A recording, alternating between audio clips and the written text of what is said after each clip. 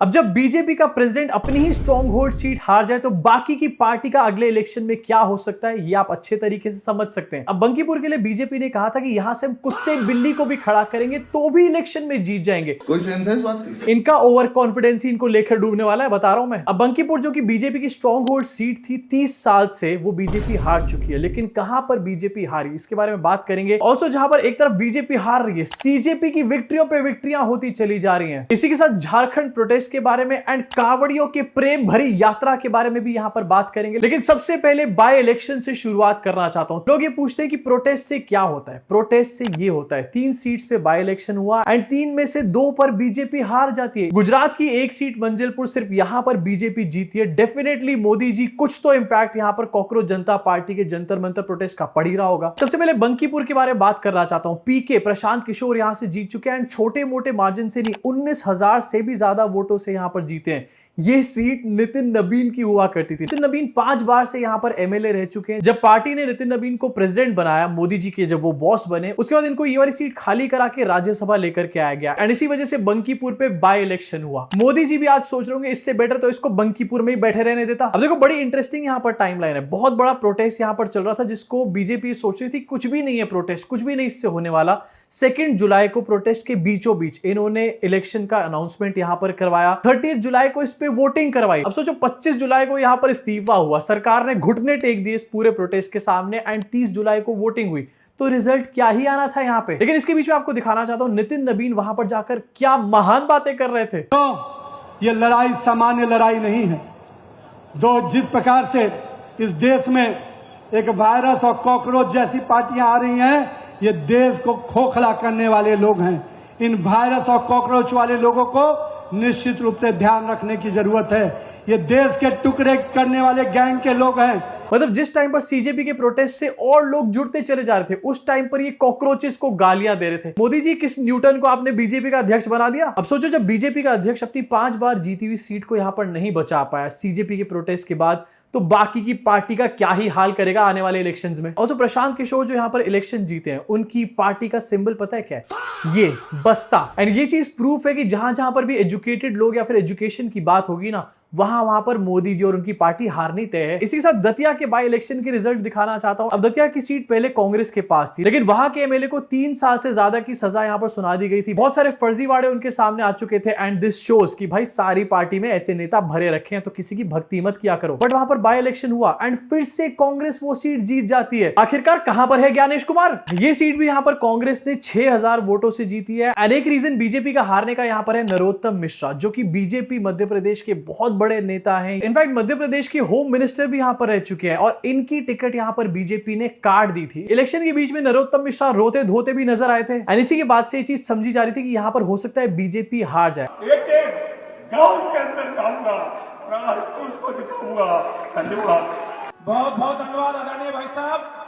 बोले भारत माता की। अब देखो काफी सारे लोग ये बात आपको बता रहे हैं कि दतिया की सीट देखो इस वजह से हार गए क्योंकि नरोत्तम मिश्रा वहां पर नाराज थे, लेकिन बंकीपुर की सीट क्यों हारी है बीजेपी? एंड ये सवाल जो बार बार खड़ा हो रहा है कि क्या ये ट्रेंड पूरे इंडिया के इलेक्शंस में देखने को मिल सकता है? तो अगर दतिया की बात करी जाए तो डेफिनेटली नहीं, लेकिन बंकीपुर की बात करी जाए तो अगर बंकीपुर बीजेपी हार सकती है ना, तो इंडिया के अंदर कोई भी सीट बीजेपी हार सकती है। मोदी अपनी सीट भी हार सकते हैं। अब जब जेनजी के चक्कर में इतना सारा रायता फैल चुका है, तो अब बीजेपी जेनजी को मनाने की कोशिश कर रही है। जेनजी सम्मेलन यहां पर किया जा रहा है और ये जेनजी सम्मेलन कर रहे हैं बीजेपी के सबसे संस्कारी नेता रमेश बिधूड़ी। एंड सुनिए जरा क्या कह रहे हैं। बरगलाकर बेकाकर वहां पर 20-50 हजार बच्चों को, वो जो बेरोजगार पंचर लगाने वाले वहां पर ज्यादा थे, ताला बनाने वाले वहां पर ज्यादा थे, पंचर लगाने वाले मालूम ही है आपको, वो लोग वहां पर ज्यादा थे और छात्र लोग वहां पर कम थे। ये भी मैं आपको जानकारी देना चाहता हूं। जंतर मंतर के प्रोटेस्ट में पंचर लगाने वालों को भेजा गया था। ये है इनके जेनजी सम्मेलन, इनकी जेनजी से जुड़ने की कोशिश है, जहां पर ये जेनजी लोगों को ही डिस्क्रेडिट और गालियां देने का काम कर रहे हैं।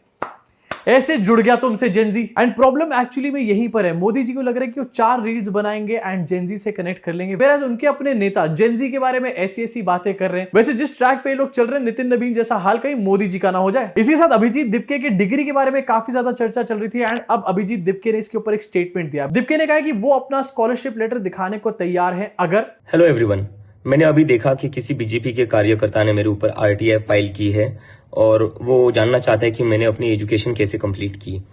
तो मैं उनसे पूछना चाहता हूँ, क्या आपके नेता अपनी डिग्री दिखाएंगे?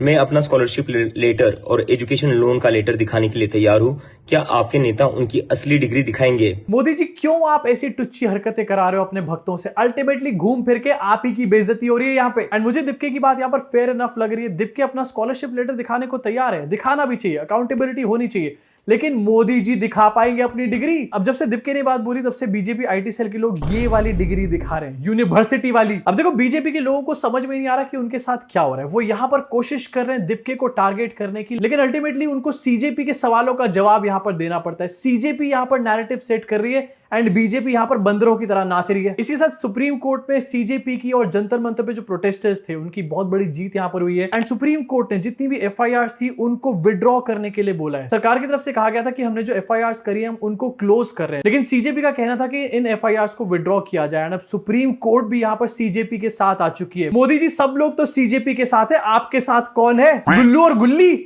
दोस्तों, आज युवाओं की एक और बहुत बड़ी जीत हुई है। जुलाई 25 के एग्रीमेंट के तहत सरकार किसी भी एफआईआर्स पे प्रोसीड नहीं करने वाली थी, साथ साथ सारे एफआईआर्स को विड्रॉ करती है एंड एक रिटर्न गारंटी देती कि हम लोग फ्यूचर में भी किसी भी प्रदर्शनकारियों के खिलाफ, युवाओं के खिलाफ हम लोग एक्शन नहीं लेंगे।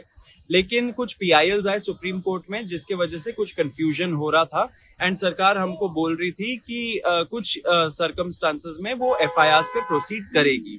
लेकिन आज सुप्रीम कोर्ट में जो केस चला उस हियरिंग में मैं था एंड इसमें यही आया निकल के कि सुप्रीम कोर्ट ने क्लैरिफाई किया कि अगर स्टेट्स को विड्रॉ करना है सारे एफआईआर स्टूडेंट्स और प्रोटेस्टर्स के खिलाफ तो वो कर सकती है।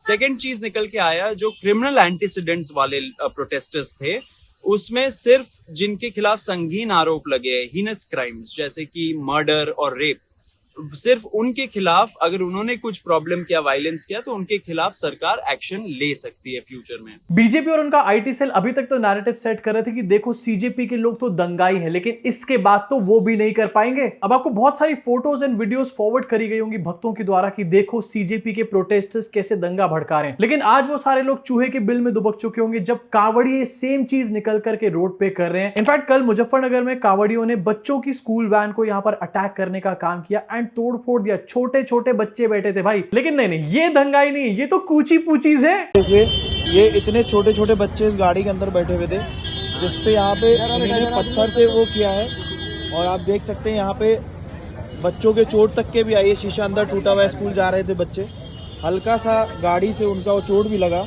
उसके बाद उन्होंने यहाँ पे इस पे गाड़ी में पथराव कर दिया और ये भी नहीं देख रहे थे कि इसमें बच्चे बैठे हुए हैं। हल्की सी गाड़ी कावड़ वालों से टकरा गई या फिर छू गई एंड ये सेम चीज यहां पर हर आए दिन देखने को मिल रही है, लेकिन बच्चों की स्कूल वैन के ऊपर अटैक किया जा रहा है। बीजेपी आईटी सेल वालों का आज ओवर टाइम करना पड़ेगा इसको डिफेंड करने के लिए। इसके साथ आगे बढ़ना चाहता हूं, बहुत सारे लोग कमेंट करके कह रहे हैं कि झारखंड प्रोटेस्ट के बारे में बात क्यों नहीं कर रहे। कर रहा हूं भाई झारखंड प्रोटेस्ट के बारे में। वैसे अगर आप लोग मुझे इंस्टाग्राम पे फॉलो करते होगे तो 2 दिन से इसके बारे में बात कर रहा हूं, लेकिन अगर नहीं करना चाहते हो तो मैं किसी चीज से बचता नहीं हूं, क्योंकि मैं किसी नेता को अपना बाप बना के नहीं बैठा हुआ। मैं हर नेता को एक समान तरीके से देखता हूं एंड मैं देश को नेताओं से ऊपर रखता हूं, किसी नेता को भगवान बना के नहीं रखता। तो झारखंड में रिसेंटली पेपर लीक हुए, जेपीएससी का पेपर लीक हुआ एंड प्रोटेस्ट इसको लेकर और ज्यादा इंटेंसिफाई इस टाइम पर हो चुके हैं। प्रोटेस्टर्स की मांग है कि सीबीआई इंक्वायरी करी जाए, जेपीएससी का जो प्रिलिमिनरी टेस्ट हुआ था उसको कैंसिल किया जाए, ओएमआर शीट्स में नॉट अटेम्प्टेड के ऑप्शन को यहां पर ऐड किया जाए एंड साथ में सीएम का रेजिग्नेशन यहां पर मांगा जा रहा है। कॉकरोच जनता पार्टी खुद यहां पर प्रोटेस्टर्स के साथ आ चुकी है एंड अगर वहां के स्टूडेंट्स नाराज हैं तो सरकार को इसके बारे में एक्शन लेना पड़ेगा। इस टाइम पर कोई बच नहीं सकता। आई थिंक ये इस टाइम पर सबके ऊपर अप्लाई होना चाहिए, चाहे झारखंड में सरकार हो, चाहे पंजाब की सरकार हो या फिर किसी भी स्टेट की सरकार हो। वैसे झारखंड के प्रोटेस्ट की एक तस्वीर और भी आपको दिखाना चाहता हूं। अमन चोपड़ा यहां पर पहुंच चुके हैं।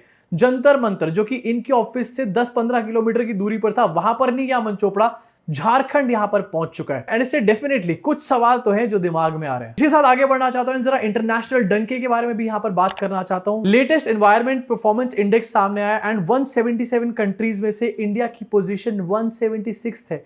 सेकेंड लास्ट हम लोग यहां पर आए हैं। मोदी जी ने दिल्ली के इलेक्शन से पहले कहा था कि वो पोल्यूशन हटा देंगे, यमुना साफ कर देंगे एंड देखते ही देखते हम लोग यहां पर पहुंच गए। बट दोस्तों सवाल मत पूछना इसके बारे में, क्योंकि अगर तुम लोग सवाल पूछोगे तो तुम्हारे को भी एंटी नेशनल बोल दिया जाएगा या फिर सोरोस फंडेड एजेंट। इसी के साथ इस वीडियो को यही खत्म करना चाहता हूं, लेकिन जाते जाते एक और न्यूज आपको दिखाना चाहता हूं। बृजभूषण शरण सिंह, इनको कोर्ट के द्वारा यहां पर बरी कर दिया गया है एंड इनको क्लीन चिट दे दी गई है। पता है क्यों? क्योंकि देश का फोकस है उस लड़की के बारे में जिसने मोदी जी को गाली दी। जिस बंदे ने यहां पर लड़कियों के साथ उल्टा सीधा काम किया उसके बारे में कोई बात भी नहीं करना चाहता। इनफैक्ट उसको पार्टी में लेते हैं, उसको टिकट देते हैं, उसको सपोर्ट करते हैं। एंड यही रीजन है कि इस तरीके के फैसले भी कोर्ट से निकलकर उसके बाद सामने आते हैं। इसी के साथ इस वीडियो को यही खत्म करना चाहूंगा। आपका क्या रिएक्शन है इन सारी खबरों के ऊपर नीचे कमेंट सेक्शन में अपनी भड़ास को जरूर निकालना। और हाँ, जाते जाते सब्सक्राइब करके एंड बेल आइकन दबा के जरूर जाना।